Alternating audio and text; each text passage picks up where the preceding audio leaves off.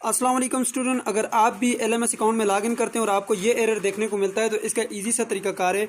आप अपने ब्राउज़र के यहाँ पर जो थ्री डॉट आपको नज़र आ रहे हैं, इन थ्री डॉट के ऊपर क्लिक करें। थ्री डॉट के ऊपर क्लिक करने के बाद आप यहाँ पे चले जाएँ जी हिस्ट्री में।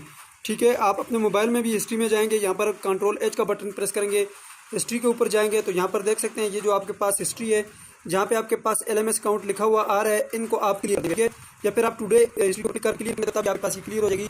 डिलीट ब्राउजिंग डेटा के ऊपर क्लिक करेंगे और यहाँ पे आपके पास आगे जी आप मैंने लास्ट हार्स में जो भी सर्च किया था वो सारा मैं यहाँ से क्लियर करना चाहता हूँ। तो जैसे आप डिलीट डेटा के ऊपर क्लिक करेंगे तो ये आपके पास डिलीट हो जाएगा और अब आप यहाँ पे आकर इसको अगर रिफ्रेश करेंगे तो ये आपके पास ये वाला एरर शो नहीं करेगा।